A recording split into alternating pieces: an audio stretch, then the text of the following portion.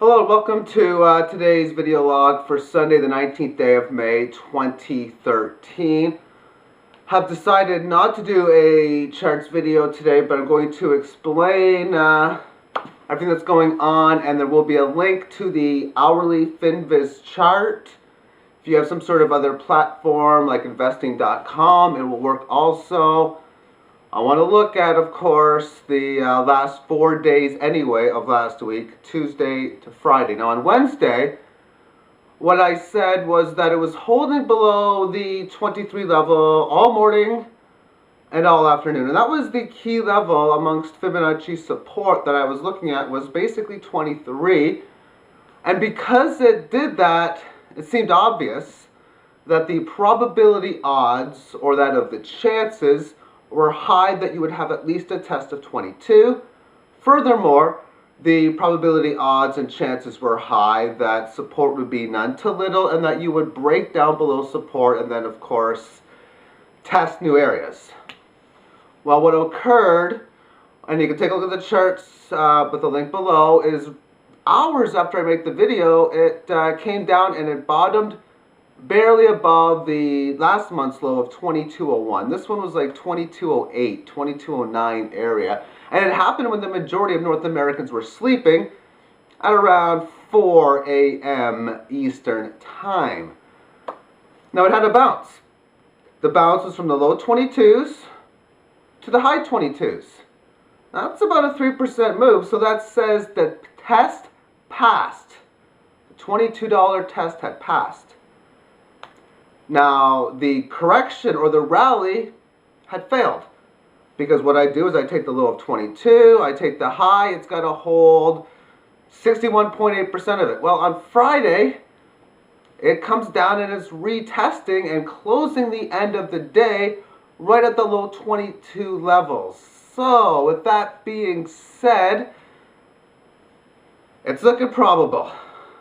The probability odds, the chances are high that this session on Monday, maybe even Tuesday, but probably Monday, it's going to test those lower areas, 21, all that type of mumbo jumbo there. Because, of course, it's common. You have that 22 test, you have a dead cat bounce again, you come back down, test support again. You are more likely to fail, or the more often support or resistance is tested, the more likely you take it out. So it's more likely it's going to be taken out. So I would expect, as the market opens on Sunday night, for it to probably break below 22 sometime before midnight New York time. And I'd be interested to see how Monday morning from like 4 a.m. to like noon is going to react, and how low this thing is actually going to get. Now, when we look at the price of silver, you can ask yourself, is the price really high, or is the price really low? It's an easy question, I think.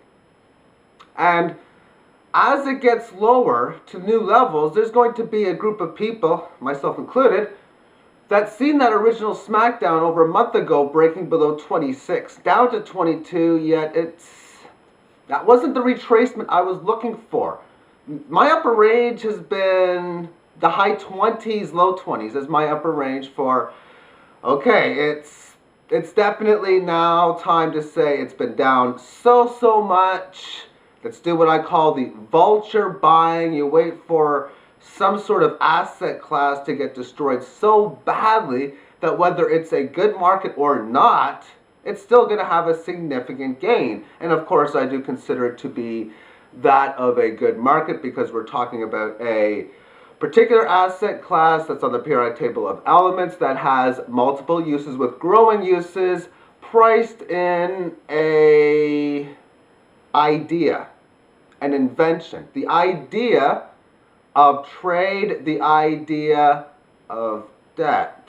Well, that's big, and I don't want to go over too much of this, but that's because only central bankers can mine fiat debt notes. If a everyday citizen mines a fiat debt note, they call it counterfeit, they call it highly illegal and criminal, they send you to jail.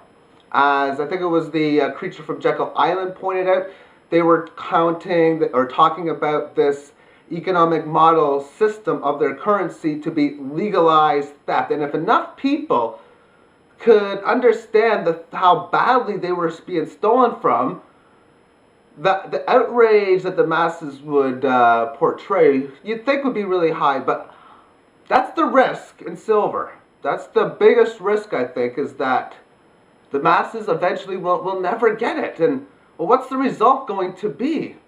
I don't think that's going to happen, but still a risk that I think of. Anyway, so I'm not going to do a chart video again for the weekend because there's multiple reasons.